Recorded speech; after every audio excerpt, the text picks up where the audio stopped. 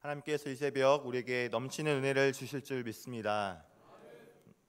교회 안에서 신앙인들 사이에 하는 인사 중에 이제 우리는 샬롬이라는 인사가 있습니다.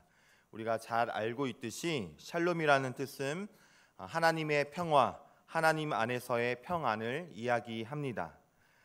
굳이 우리가 샬롬이라고 자주 인사하지 않아도 한 주간 평안하셨어요, 평안한 저녁 보내세요 라고 우리는 종종 인사하기도 하고 또 때로는 문자 메시지를 통해서 안부를 전하기도 합니다.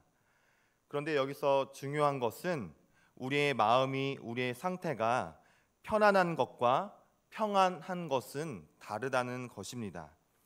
편안하다라는 것은 어떠한 상태를 의미합니까?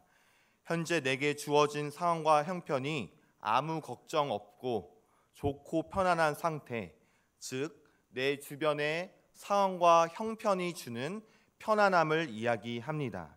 하지만 평안하다, 우리가 인사할 때 평안하다의 뜻은 무엇입니까? 바로 하나님이 주시는 우리 마음과 영혼의 평화를 이야기합니다. 여기서의 평화는 때로는 현재 내 삶의 모습이, 형편이 편안하지 않을 수도 있습니다. 여전히 상황과 형편은 나아지지 않아 염려스럽고 걱정이 될 수도 있습니다. 하지만 내가 하나님 안에 있으므로, 내가 주님을 바라봄으로 하나님께서 주시는 마음의 안식과 평화를 누리는 상태입니다. 그렇다면 여러분, 요즘 정말 평안하십니까? 샬롬이십니까? 아니면 편안만 하십니까? 바라옵기는 하나님이 주시는 참된 평안과 안식이 저와 여러분의 삶 속에 풍성히 거하기를 소망합니다. 오늘 본문 속에서도 이 평안, 샬롬에 대한 말씀을 표현하고 있습니다. 특별히 오늘 본문인 시편 131편 2절 말씀에서는 이 평안의 상태를 누리는 사람들의 상태를 이렇게 표현합니다. 내가 내 영혼으로 고요하고 평온하게 하기를 젖된 아이가 그의 어머니 품에 있음 같게 하였나니 내 영혼이 젖된 아이와 같도다. 아멘. 시편 131편은 다윗이 성전에 올라가면서 불렀던 노래로 알려지고 있습니다. 다윗의 심령은 하나님으로 인하여서 충만하였습니다. 하나님은 다윗의 삶 가운데 정말 살아계셔서 역사하셨고 그의 삶을 눈동자처럼 인도하셨습니다. 그의 심령은 하나님 앞에서 뛰어노는 어린아이처럼 평안하였으면서 또한 하나님께 대한 기대와 소망으로 가득 차 있었습니다. 그는 그러한 자신의 모습을 어머니 품속에 있는 젖된 아이와 같다라고 말하고 있는 것이지요. 저희 고향인 부모님 집에 가면 여전히 제 옛 물건과 사진과 또 책들이 남아 있습니다. 방 한켠에는 제가 어린 시절 썼던 일기장, 또 많은지 적은지는 입증되지 않지만 제가 학교에서 받았던 수많은 상장들이 여전히 걸려 있습니다. 정말입니다. 네.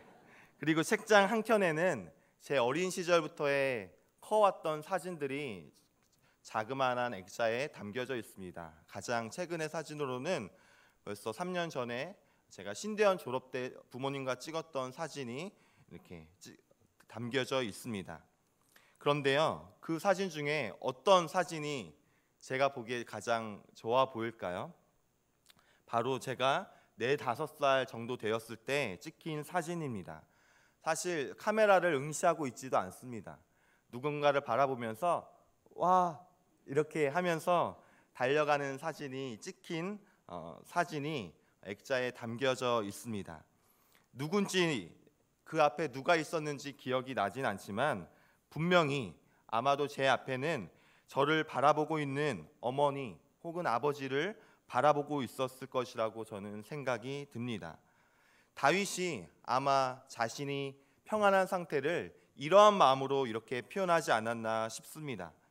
어머니를 바라보며, 부모님을 바라보고 세상 걱정 하나 없이 환하게 웃으며 품속에 안긴 그 아이의 모습을 하나님 안에서에 있는 평안의 모습으로 그리고 있는 것입니다. 그런데 여러분, 요즘 사진을 찍으실 때 어떤 이야기를 많이 들으시나요? 특별히 단체 사진을 찍을 때일수록 이런 이야기를 종종 듣지 않으시나요? 자, 좀 웃으세요. 좀 얼굴 좀 환하게 피시고요. 입 좀 벌리세요. 등등 표정을 더 환하게 하라고, 더 밝게 하라는 말을 우리는 종종 듣곤 합니다. 왜 그럴까요? 우리 어른들은 잘 웃지 않으니까 그런 표현을 듣기도 합니다. 그래서 기어코 어떻게 하죠? 사진을 찍는데 우리가 잘 먹는 김치를 이야기합니다. 사진을 찍는데 승리하지 않은 의미의 부위를 의미하기도 하고 외치기도 하고요. 교회에서는 창세기라고 외치라고도 합니다. 왜 그럴까요? 사진을 찍을 때 우리는 왜 어색할까요?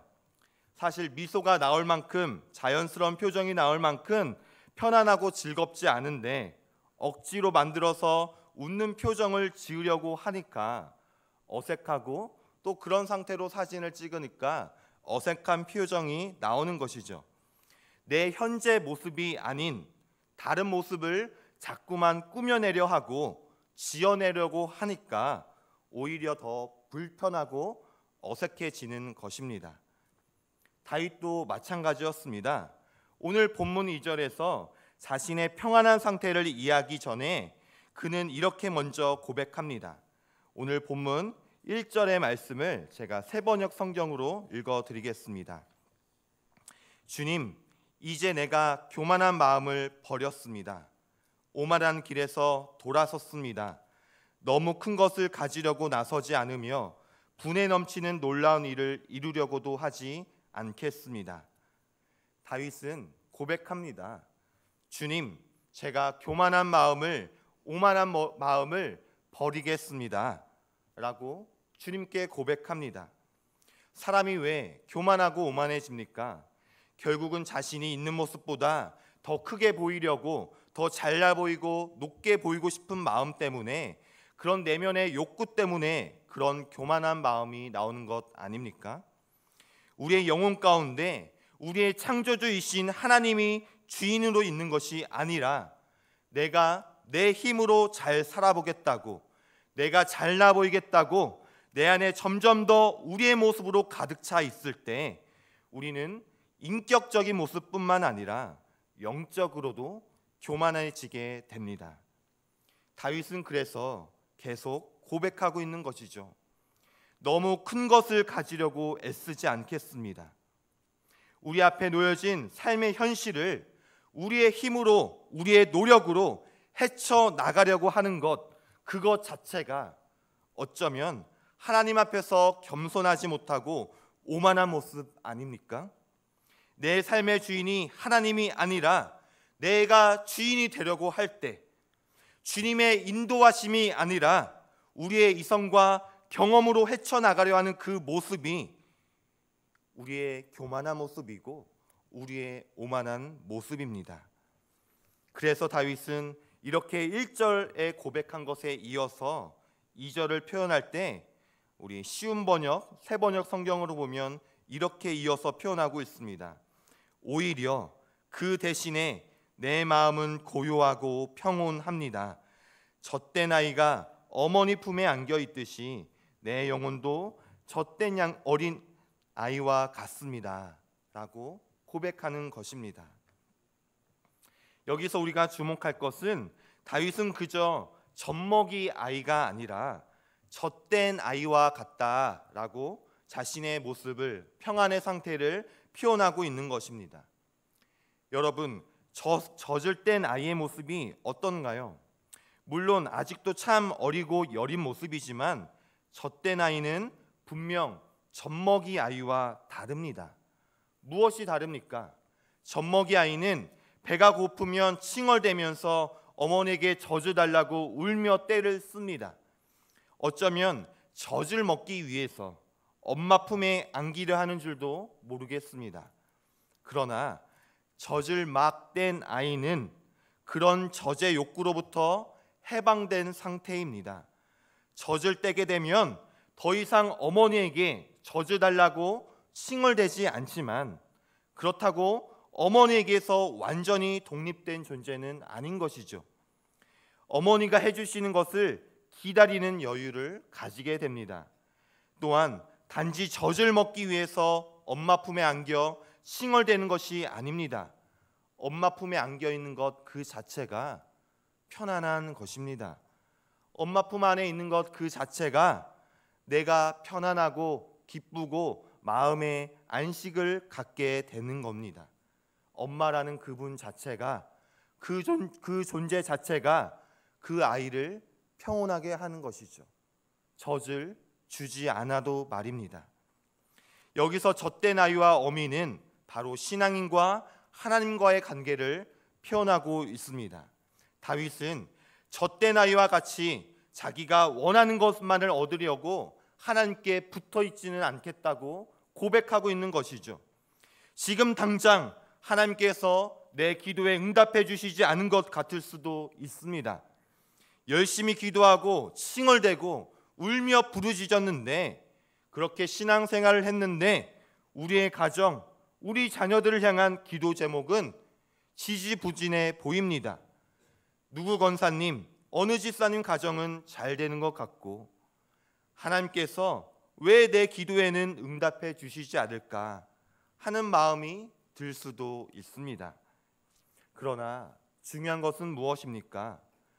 젖된 아이처럼 당장 젖이 나오지 않더라도 나를 사랑하시고 여기까지 나를 보살펴 주신 어머니께서, 우리 하늘 아버지께서 나를 돌보시고 지키시고 사랑으로 인도하실 것이라는 믿음, 그러한 평안이 저와 여러분의 삶 가운데 있기를 바랍니다. 사실 젖된 아이와 같이 우리의 삶을 한 치 앞도 제대로 얼지할지 모르는 우리가 우리 힘으로 바둥바둥 애쓰는 것보다 엄마 품에 고요히 앉아 있는 게 사실 수지 맞는 일입니다. 왜 그렇습니까? 우리 함께 앞에서 찬양했던 찬송가 419장 1절 가사에도 나오지요. 주 날개 밑 내가 평안히 쉬네. 밤 깊고 비바람 몰아쳐도 아버지께서 날 지켜주시니 거기서 평안히 쉬리로다. 아멘. 젖된 아이가 아무리 바둥바둥 쳐도 자신의 힘 정도 애를 쓰겠지요. 하지만 어머니 품 안에 안겨 있으면 이 찬양의 가사처럼 아버지께서 나를 지켜주시리, 거기서 편안히 쉬리라 라고 우리는 믿음으로 고백할 수 있는 것입니다. 나를 사랑하시는 주님께서, 나의 아버지 되시는 주님께서 주님 품 안에 있을 때, 주님을 바라볼 때, 주님의 인도하심을 거할 때 주님께서 나를 푸른 초장과 실만한 물가로 인도해 주시기 때문입니다. 그래서 예수님께서는 제자들에게 말씀하십니다. 수고하고 무거운 짐진 자들아 다 내게로 오라. 내가 너희를 쉬게 하리라. 내게 오는 것만으로도, 내 안에 거하는 것만으로도 너희가 쉼을 거할 것이다. 너희가 평안을 누릴 것이다 라고 예수님은 말씀하고 있습니다. 주님의 품 안에 있는 것만으로도 우리 영혼의 참된 평안과 안식이 우리에게 임하게 됨을 믿으시기를 바랍니다.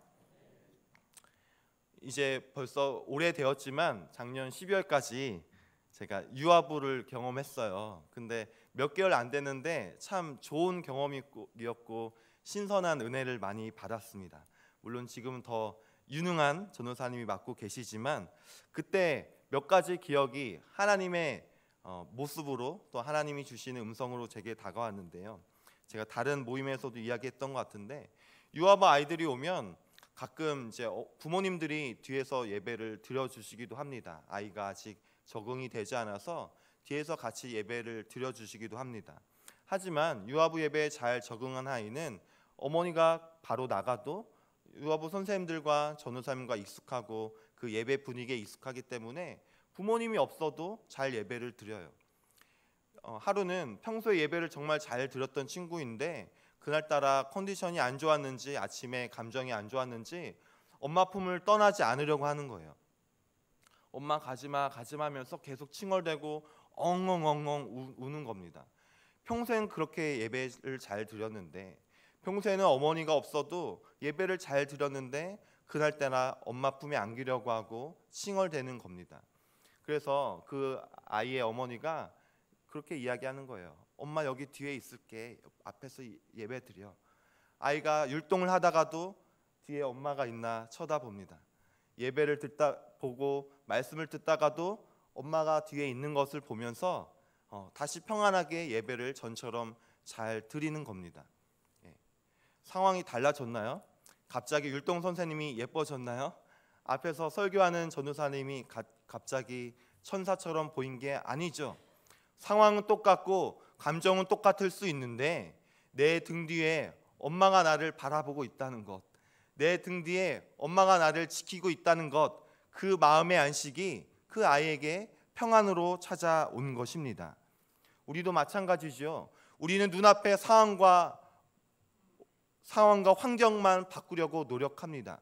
하지만 그렇지 않습니다. 우리가 상황과 환경을 바꾸려 하기 이전에 하나님 안에 먼저 거하려고 노력할 때, 하나님 품 안에 거하려고 먼저 노력할 때, 나에게 말씀하시는 주님의 사랑의 음성에 귀를 기울일 때, 나의 모든 두려움과 염려를 주님께 맡겨드리며 주님의 품에 안길 때, 우리는 우리가 애쓰려고 하는 것보다 주님이 주시는 평안과 주님이 주시는 위로와 주님이 주시는 참된 기쁨을 얻게 됨을 믿으시기를 바랍니다.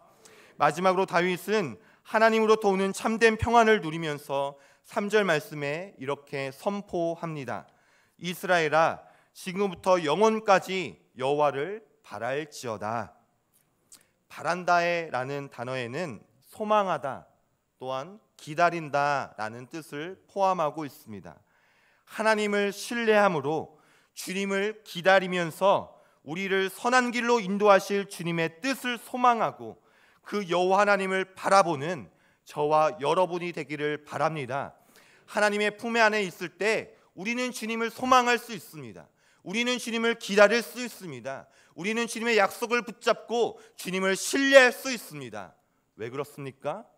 우리를 이제까지 젖먹이셨던 주님께서, 우리를 이제까지 안아주셨던 주님께서, 우리를 이제까지 나를 품 안에 안아주시고 따스한 표정으로 바라보셨던 주님께서 앞으로도 우리의 삶을 기르시고 먹이시고 입히실 것을 알기 때문입니다. 설교를 준비하면서 이 설교의 제목을 내 영혼은 안전합니다 라고 정하게 되었습니다. 내 영혼은 안전합니다. 사실 찬양의 우리 복음성가의 노래 제목입니다. 우리 주일 저녁 찬양 예배 때도 몇 번 고백했던 것 같은데요. 제가 찬양의 가사를 몇 구절 읊어드리겠습니다. 내 아버지 그 품 안에서 내 영혼은 안전합니다. 주 손길로 내 삶을 안으시니 그 평강이 나를 덮습니다. 주 약속 안에서 내 영혼 평안해. 내 뜻보다 크신 주님의 계획 나 신뢰해. 두려움 다 내려놓고 주님만 의지해. 주 안에서 내 영혼 안전합니다. 우리의 영혼이 주님의 품 안에 거할 때 안전하게 되고 주님의 손길이 내 삶을 안으시고 주님의 평강이 나를 덮으심을 경험하게 될 것입니다. 우리가 주님의 품 안에 잠잠히 안길 수 있는 방법이 다른 것이 아니죠. 하나님께서 주시는 약속의 말씀을 붙잡으며 신뢰하며 나아갈 때 주님의 뜻을 바라봄으로 우리는 평안을 누리게 됩니다. 우리의 마음의 고백을 온전히 주님께 올려드리며 우리가 갖고 있는 모든 두려움과 염려도 주님께 간구하며 기도하며 나아갈 때 주님께서 주시는 선한 인도하심이 여호와 살롬이 되어 주님의 은혜로 우리의 삶을 가장 안전한 폭으로 인도하실 줄 믿습니다. 이 새벽 제단이, 매일 드려지는 우리의 삶의 제단이, 매주일 드려지는 우리의 예배가, 특별히 다가오는 3월 새벽 집회가 주님의 약속을 붙잡으며 주님께 우리의 모든 기도와 우리의 모든 두려움과 염려를 주님께 맡겨드리며 참된 평안과 새 힘을 얻게 되는 저와 여러분의 되기를 진심으로 바랍니다. 기도하겠습니다. 하나님 감사합니다.